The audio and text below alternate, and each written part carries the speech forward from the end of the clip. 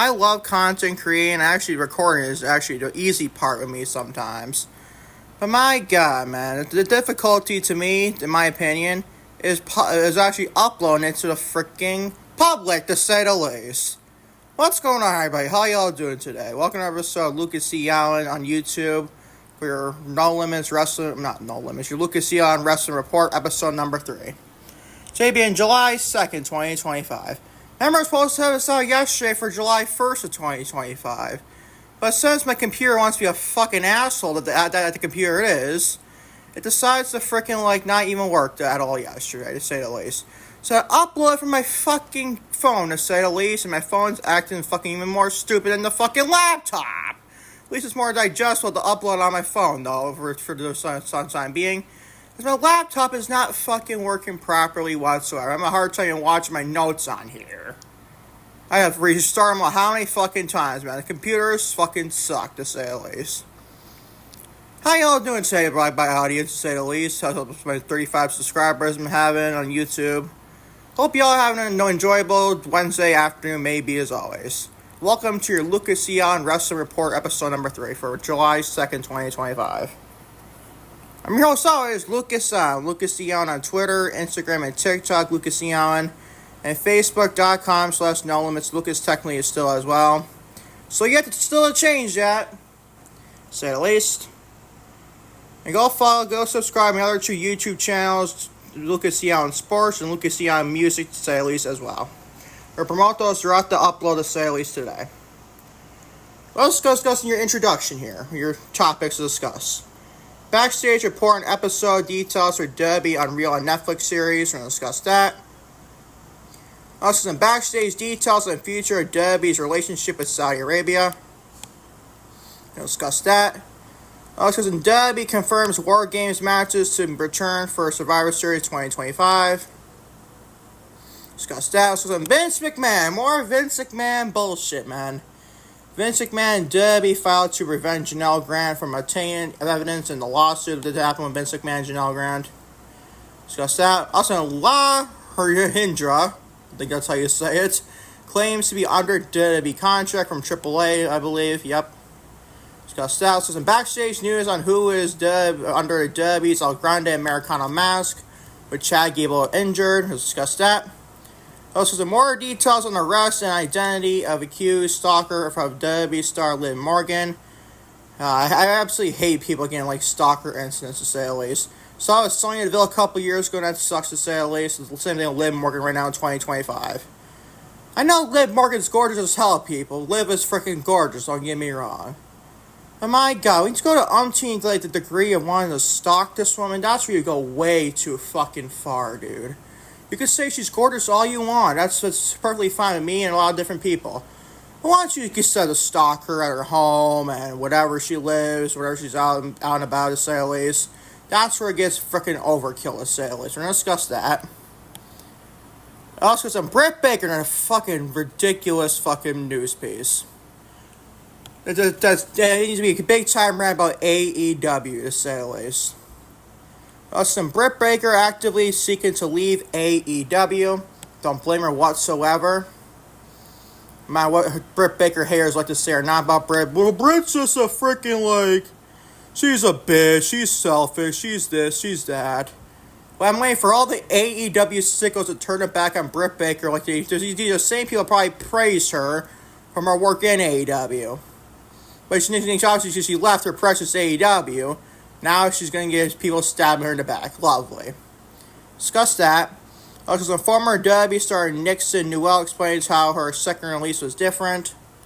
We'll discuss that. Also, former AEW star Saraya discusses the potential WWE return. And we'll finish off an update on Ian Riccaboni's AEW contract status. Discussing all today's report, glad Jimmy is always going to say is episode number 3 of the Lucas C. Allen Wrestling Report for July 2nd, 2025. Starting with, you guessed it, Backstage report and episode details for WWE Unreal Netflix series. WWE is gearing up for a big summer, and not just because of their annual SummerSlam PLE or pay-per-view. It's right around the corner. That's because WWE also has WWE Unreal on a docket a 5-episode Netflix series that will explore the behind-the-scenes creative process of the promotion, and after 2 teasers trailers strongly hinted at it, a new report appears to confirm that what the focus of the series will be when it comes out on July 29th. Post-Wrestling reports that Unreal will cover WWE's creative process from Raw's debut on Netflix this past January, all the way up to WrestleMania 41 in the post-WrestleMania edition of Monday Night Raw in April, with those 2 events bookending the show. Episode 2 will focus on Cody Rhodes and Kevin Owens' rivalry with Jey Uso's Royal Rumble victory, followed by a female-centric Episode 3, and John Cena's heel turn at Elimination Chamber for Episode 4. One person close to the production of Unreal described the show as similar to NFL's Hard Knocks, the popular HBO docuseries that follows an NFL team during training camp and the preseason. It's perhaps not the coincidence that Unreal's director and showrunner Chris Weaver and Eric Powers are both from NFL films, and that the connection extends to Ken Powers, to another NFL films vet who executive produced the series alongside Ross Getover and Jessica Body, to say the least. Other notable details regarding the series include the real relation that Nick Khan and Dwayne "The Rock" Johnson will make appearances in Episode 4, likely to discuss the decision making behind Cena's heel turn. Neither is expected on any other episodes, however, and Johnson's controversial absence for WrestleMania 41 isn't expected to be addressed. Go fucking figure. Let's go classic Dwayne "The Rock" Johnson. Dwayne "The Rock" Johnson's ego, to say the least, man. That's a whole story in its own right. But I'm actually quite interested in seeing this docuseries, or this Netflix series, to say the least. I might actually do a review on it, maybe. I'm thinking I'll actually do that. Let me know in the comments section of this very video. What do you think? Should I do like a docuseries review of like on the reports section of Lucas E. Allen? Or do I do a full follow actual video on this? Let me know in the comments section below what you think of that for sure. Moving on, backstage details on future of WWE's relationship with Saudi Arabia. The Night Champions now slightly distant memory. Wrestling fans would get another break over the discourse over the relationship between WWE and Saudi Arabia. Interested in typing there, to say the least. The business dealings between the two have always been controversial, but Night Champions received a bit more side eyes than usual, thanks to the John Cena and CM Punk storyline referencing Punk's past criticism of the country, while current events in the Middle East briefly led to speculation that WWE would have to cancel, postpone, or remove my Night Champions. But all of the criticism and controversy is generated, it appears that the WWE/Saudi deal is set to expand, not decrease. Fightful Select reports that not only are plans underway for a WWE Royal Rumble in Saudi Arabia in 2026, obviously, with WWE staff already began to work on the show in the next few weeks, but that the Rumble will be one of three PLEs that the promotion holds in the country next year, making up for the only one WWE Saudi PLE taking place in 2025, obviously with Night Champions. I'll be honest, the Saudi Arabia crowd delivered on Saturday afternoon. I gotta be honest. They were very electric. Even with SmackDown, they're pretty electric for the most part, too. But do I like it, Saudi Arabia being in for WWE? No, I still don't. Despite the crowd being very enthusiastic for the matches and all the segments in general on SmackDown, despite that, I'm still not interested in seeing Saudi Arabia and WWE. I'm still not interested in it. Will it probably happen? Probably, because WWE is all about their fucking money, to say the least. If it was up to me, I would not do any more Saudi shows. It's obviously up to me. But I'll be honest, the crowd showed up on Saturday afternoon, like I said, even SmackDown, they showed up a lot, to say the least. So let me find out that this can grow on me, to say the least. Moving on, WWE confirms War Games matches to return for Survivor Series 2025. Back in April, WWE made a rather big announcement for their annual Survivor Series PLE this November, revealing that the event would be taking place in San Diego's Petco Park. The first Survivor Series would be taking place inside a stadium. Not mentioned, however, was War Games. The match stipulation that has become an integral part of the Survivor Series since Triple H took over as Chief Content Officer back in 2022 and has been becoming a part of the branding. The lack of mention of War Games subsequently led to some wondering if WWE will go without a War Games match at Survivor Series this year, as it turns out. However, the match beyond will remain an integral part of the show. In a press release announcing details regarding when tickets go on sale, WWE confirmed that War Games will be a part of Survivor Series, but both via the title of the show, Survivor Series War Games, and by mention, it will be the fourth consecutive Survivor Series to feature the match. I'll be honest, what is going to be a War Games match this year that's worthy? Well, minus last year, like the War Games with Bloodline versus Bloodline, you see, that we're not warranted War Games, don't get me wrong. That definitely warranted a War Games match. What's going to warrant this year? What, Seth Rollins' faction with Seth Rollins, Bronson Reed, Braun Breaker, and who else? It's mostly 5v5, unless you do 4v4 this year. And when you got the babyface side, you got like what? CM Punk probably, Roman Reigns more than likely, Sami Zayn, Jey Uso. Maybe put Penta there and put another fifth guy for Seth's team. And fourth and fifth guy for Seth's team, but still. Even that, what about the women's War Games match? We didn't do there. Literally. That's even just as bad, if not worse, than the men's match going into it. That's what I feel about that. Like, we don't need War Games this year whatsoever for anything. What faction or anything to do with a faction has to do with War Games matches beyond me this year. So, but in my opinion, I think we don't need to do War Games. But then again, they're probably going to do War Games in an annual thing like Survivor Series 5v5. To say the least, and I just don't like that. I'd rather do like a Survivor Series traditional match. I'd rather say at least a Seth Rollins faction, that's just me to say at least. Let's take a little bit of break to promote my TikTok. TikTok.com/LucasEAllen. I upload like more like stuff on there, like short little videos I do. Kind of like Instagram, I do with Twitter and also Facebook. But TikTok's basically the platform I usually upload it on, the first off. So go follow my TikTok, TikTok.com/LucasEallen. Let's upload a video about Sean P. Diddy Combs being scot-free, getting away scot-free with his fucking trial, his bad sheet, and Cassie Ventura. That I'm just so pissed off at, to say at least. Maybe do an actual YouTube video to say about that, to say at least. Hopefully, knock on wood. So that voice crack. Anyways, go follow my TikTok, TikTok.com/LucasEallen. I'll get you back to the upload. I'm going to be a wrestling upload for me. Wasn't talking about Vince McMahon, am I right? Yeah, a little bit of a break from him, now getting back to more Vince McMahon drama. Vince McMahon and WWE filed to prevent Janel Grant from obtaining evidence in their lawsuit. Over a year after Janel Grant and her legal team went public with her allegations against Vince McMahon and WWE.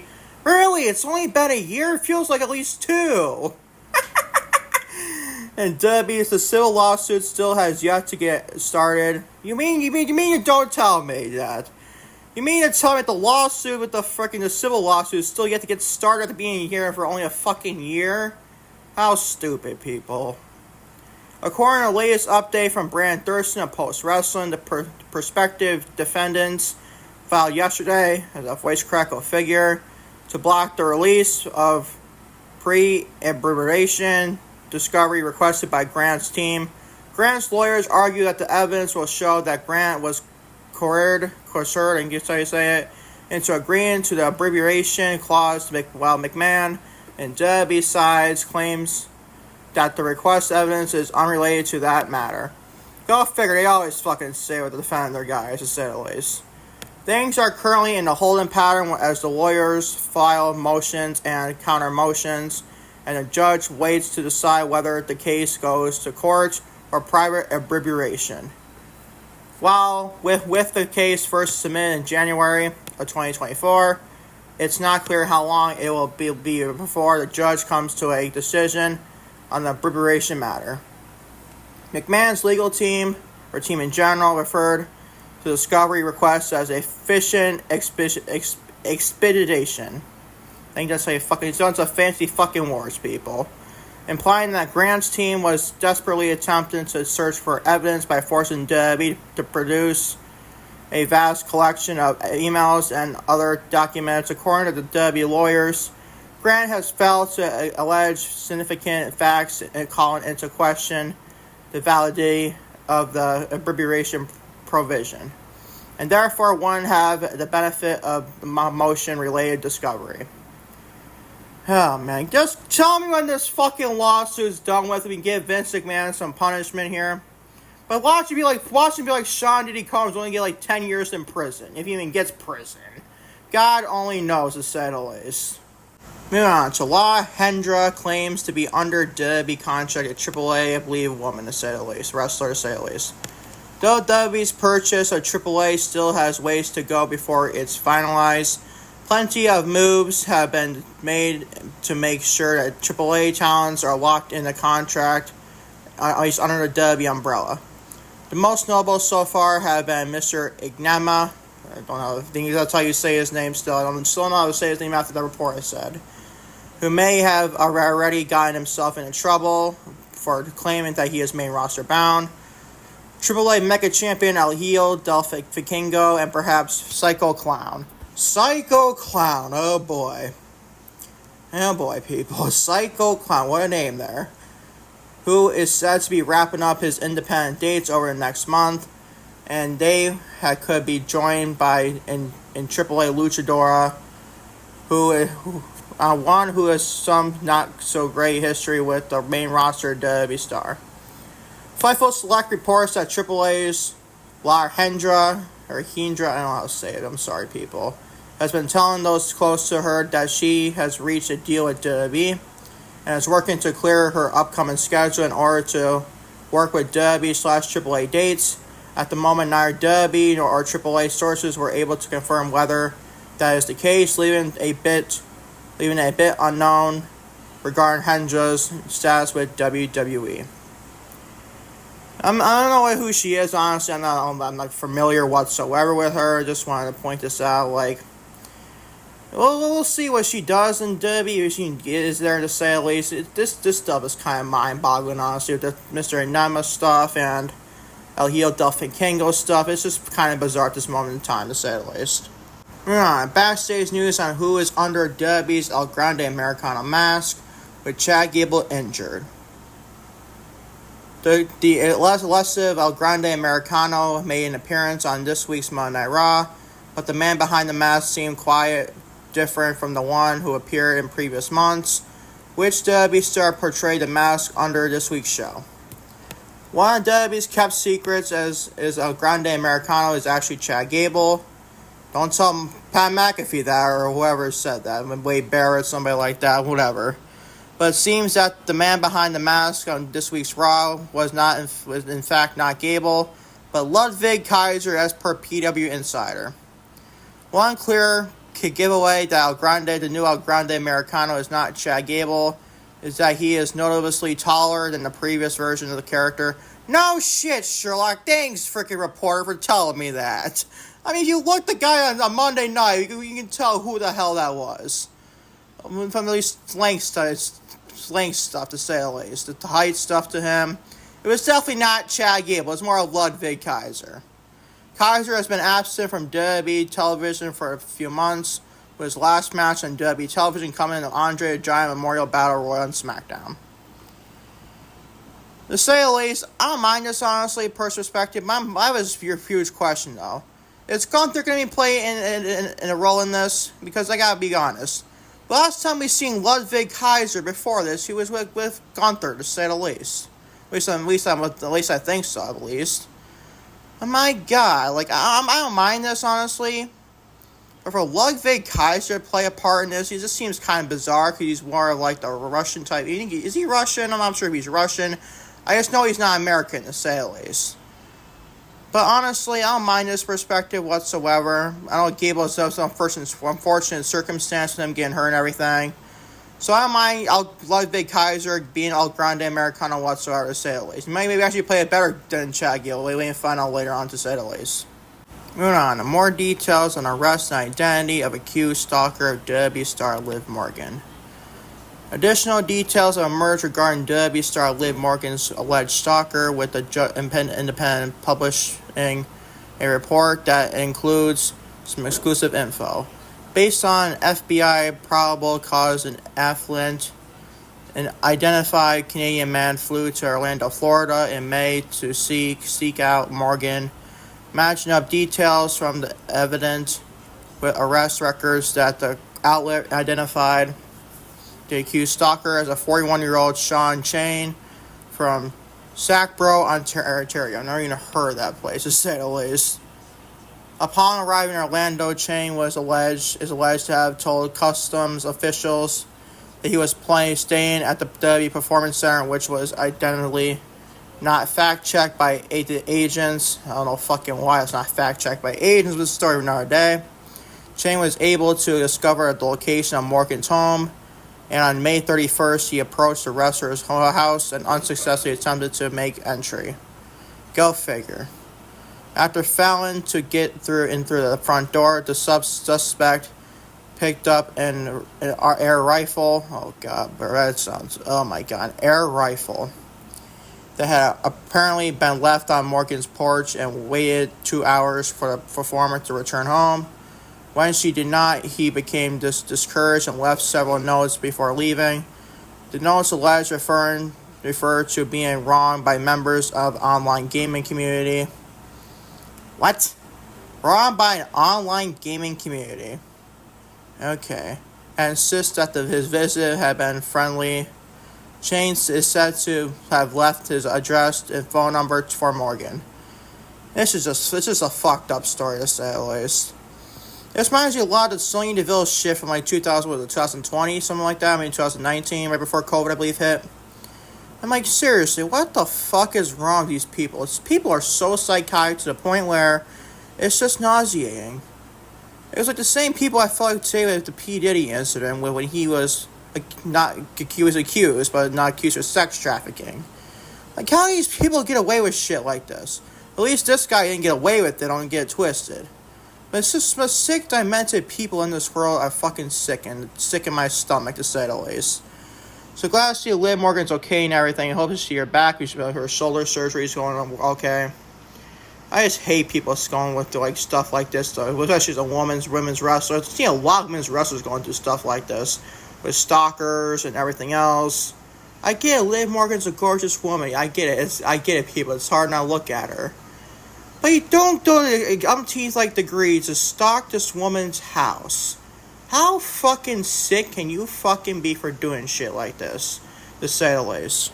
Let's take a little bit of a break to promote my Facebook. Facebook.com/NoLimitsOfLucas. I still have to change the username I get because you're like, Lucas, Retiger, No Limits of Lucas podcast. Why are you freaking still calling your Facebook No Limits of Lucas? Well, I forgot. I've been forgetting to honestly change it. Anyways, go follow my Facebook, facebook.com/NoLimitsOfLucas for now until I change it to probably Lucas C. on the side of lace. Now let's get you back to the upload. Moving on to a story. I actually cannot believe I have to discuss this because of Tony Khan being so fucking stupid. Britt Baker actively seeking to leave AEW. All Elite Wrestling has bid well to a number of top stars throughout 2025. And it looks as if the company could be on the verge of saying goodbye to one of the first people they ever signed to a full-time contract. And probably, I think Britt Baker's the first star female they have to sign to AEW. According to sources close to Mark O'Brien of Wrestle Mobs and BodySlam.net, former AEW Women's World Champion Dr. Britt Baker, DMD, is actively seeking to part ways with AEW, confirming that the long-standing rumor that circulated on social media throughout the year that Baker was on the verge of leaving the company. These rumors were only amplified by Baker herself just a few days ago when she posted her picture on Instagram story, which led to the quote saying, same water, the only thing that changed its value was the place. And quote, it highlighted. The reason that was relayed to Wrestle Mobs and BodySlam.net for the Baker wanting to out of AEW was down to a combination of burning various bridges with people backstage, which I'll be honest, Britt Baker's definitely got a lot of temper backstage. I get from the stories that she's been telling, obviously, with the MJF's girlfriend, to say the least. That's on her. That's definitely on her. But did she have valid criticism about that? Absolutely, better believe that. The atmosphere in the company changing around her, and that the fact that she's initially achieved all there is to achieve in AEW. Baker is reportedly under contract until the start of 2026 at the earliest, with AEW having the right to add any time on her contract for missed time due to injury, which in Baker's case, that would keep her at the company until potentially the end of 2026. That would be definitely fucked up on Tony Khan. So knowing him, he probably fucking will do that. However, AEW are reportedly not looking to release Baker at this time, because Tony Khan's a petty, stupid idiot, to say the least. Like, what the fuck? You're not going to release Britt Baker, who clearly does not be in your fucking company, because of shit you have done. Don't get twisted. Britt Baker's not totally scot-free in this either. Oh my god, once you, go to the umpteenth degree of not, booking anything great for Britt Baker, that's not Britt Baker, Tony Khan. That's on fucking you, dumbass. Now, granted, Britt Baker and the Mercedes Moné feud was not great whatsoever. It wasn't. I love the start of the segment they had, after Forbidden Door last year. That was the peak of it. Everything else went downhill after that. As a Mercedes Moné fan, Britt Baker fan myself, you know how much I was frustrated with that shit, man. You know how much I was frustrated big time with that. My god, this story is so ridiculous. For Tony Khan, definitely not Britt Baker, or the journalist here, or what do you want to say it, for Mark O'Brien to say at least. You can't do this for Britt Baker. Tony Khan needs to fucking do what's right and let this woman go. Whether it's releasing her or doing what, I don't know. Have her laid out her contract, that's fine. As long as if you add more time on her contract, that's where it gets fucking ridiculous. But knowing him, you can definitely do that because he has the reasons to do it. But will it be right? Absolutely not. Believe something that Tony Khan would do? Absolutely. You better believe it's something he could definitely do. But this is fucking ridiculous. If that's the case and he adds more time on Britt's contract, that'd be mega fucked up on you, Tony Khan. That'd be extremely fucked up on Tony Khan. You done this with Penta, maybe with Ray Phoenix in the past, but still, you get the point. I hope to see Britt Baker. Maybe she's on WWE, maybe she wants to go to WWE. I don't know what she wants to do next. If she want to go to WWE, I don't know. Or if she want to go to NXT, it could be interesting for NXT. Having Blake Monroe and Britt Baker in that same division, oh boy, it'd be something else to say the least. We didn't see Britt Baker and Mariah May ever collide in AEW. Oh, did we? I thought we did at one point in the match, but I don't know if they actually had a full-fought match or feud. But you get the point with that, to say the least. I think Britt would be great for NXT. Elevate that division with her star power and her resume to her accolades right now. So we ain't fine with that. But Tony Khan, he continues being a petty asshole. He might be wait a little bit longer for Britt Baker, to say the least. To keep it up there in this situation for sure. Moving on, the former WWE star Nixon Newell, the former Tegan Nox, explains how her second release was different. 3 years after initial one, Tegan Nox experienced her second release from WWE in November 2024 last year, this time alongside Indy Hartwell and Baron Corbin. The in-ring veteran opened up about the difference between the two during her recent episode of Bustin' Open Radio. The first time was totally out of the blue, Nox said. That knocked me for 6. Wasn't expecting it as such. I was devastated. However, the second time around, I kind of had a feeling it was coming. I don't know why I've had this feeling. It's not difficult to find out, to say at least. But it was something inside me that was like, okay, you need to prepare yourself because I think this is it. The second time around, it gave me a different perspective of what I went into the high hopes. Oh, I just got signed. This is great. This is where I want to be and live in my dream world. She continued, whereas the second time around, I came back from more realistic and I'm like, okay, cool. Obviously, this is a business. They're going to do what they think is best for business. I need to do what's best for business for me. But unfortunately, something just wasn't clicking. I don't know if it was me, them, or a mixture of us or both. Overall, Nox felt more prepared for her departure from WWE. The second time it happened, still, she admits that it did sting a little, to say the least. It's obviously going to sting a little bit. Obviously, if you're a wrestler, from your dream perspective, it's obviously being in a big-time promotion like WWE. the biggest wrestling company in the world. So, but I like your attitude here quite a bit. To say the least here. The WWE did her wrong, I would say so, honestly, to a point. But then again, she also has had injuries. It's obviously not her fault or anything. But we're waiting to finally see Nixon Newell do an independent scenes. Maybe I'll keep an update on her series. Maybe she appears in AEW sometimes. So waiting to find out then for sure. Let's go ahead and take a little bit of a break to promote my second YouTube channel, Lucas E. Allen Sports. But go follow that, Lucas E. Allen Sports, or subscribe to that to say the least. We'll discuss all things news or any sports-related topics. I might even just think about discussing more wrestling on there too. If I'm some little side stories I want to share about on that. I might think about doing that to say the least. But go subscribe to my second YouTube channel, Lucas E. Allen Sports. I'll see you back to the upload. Moving on, a former AEW star, Saraya, discusses a potential WWE return. Saraya, aka Paige, has discussed whether she would like to return to WWE following her stint in AEW, and has also revealed that if she has had talks with the promotion. The former WWE Divas Champion is currently a free agent after following her expiring of her AEW contract earlier this year. During a recent interview with Orlando Sentinel,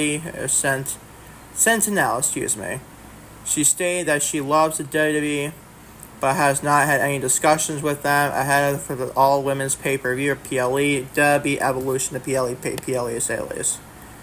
I haven't had a conversation with them. I know I always get tagged in everything as soon as there is a mystery going around. They're like, hey, she's coming back, but no, I love the WWE, but no, she said. The former AEW star stated that she is eager to spend some time away from the professional wrestling business, having been a part of it for the majority of her life, and wants to try her hand at other projects away from wrestling. Which, I'll be honest, I think she already has a movie with Fighting With My Family. I think she's in that. I believe if she's not in it, she's about her, to say the least.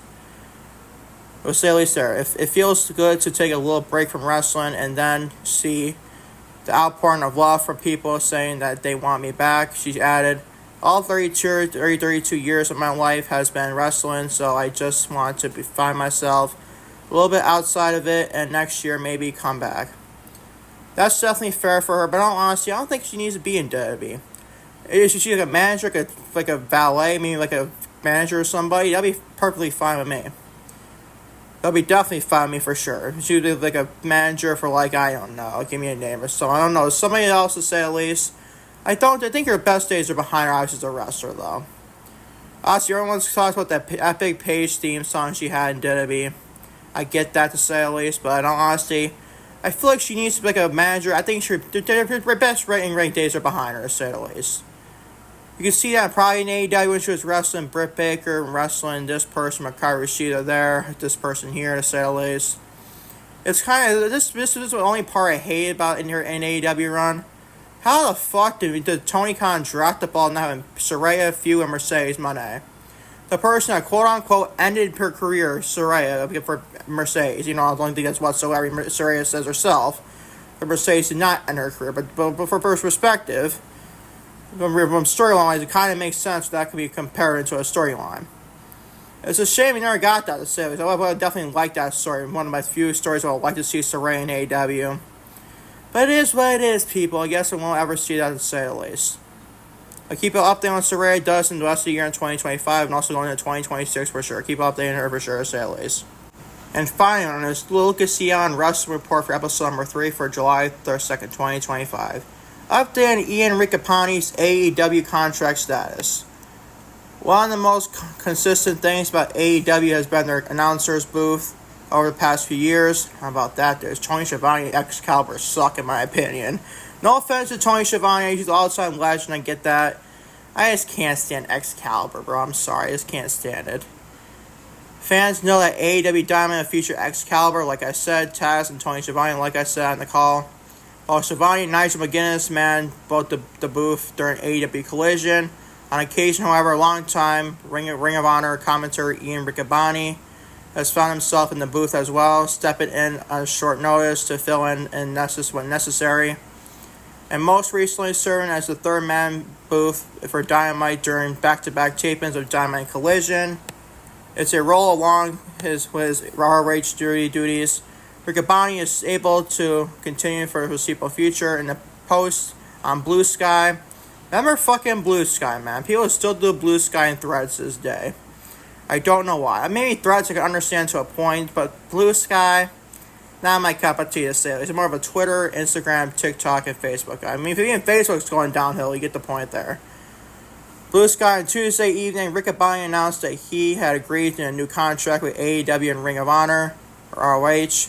He revealed that he was celebrating the occasion by eating hot dogs at Lehigh Valley Iron Pigs minor league baseball game.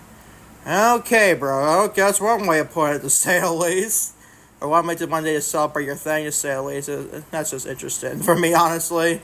While also finding a moment to promote his 300th episode of AEW Dynamite, taking place on Wednesday, being tonight, obviously. And in a later post, Riccaboni clarified that the deal would be similar to the last one, allowing him to remain the full-time Ring of Honor commentator, while filling in for AEW shows only when necessary. I honestly would like to see Riccaboni more like on Dynamite. I actually quite like him as a commentator. He's not that bad. I think he's better than Excalibur. I just can't stand Excalibur, bro. It's just something about his voice. It seems so ridiculous and so like. Maybe I'm not gonna say like in a bad way per se, but so like freaking mute the television to say the least. Excalibur. He's just not my cup of tea as a commentator to say the least. But I like to see Ian Riccaboni more of an AEW program than for Collision or even Dynamite to say the least. Oh, the pipe dream is more Ronaldo from like, I think he's in Maple Leaf Pro Wrestling. I think he did that for one point with Scott D'Amore's promotion. A pipe dream is more Ronaldo, but that probably won't ever happen to say the least. But that's your update on Ian Riccaboni, and that is your Lucas Dion Wrestling Report for episode number 3 for July 2nd, 2025. Thank you all for watching Lucas Dion Wrestling Report, episode number 3 for July 2nd, 2025.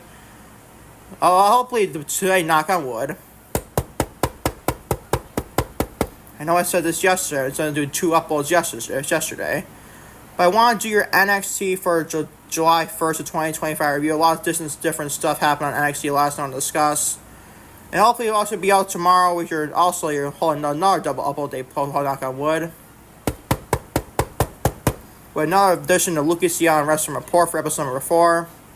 And also your AEW Dynamite July 2nd, 2025 review.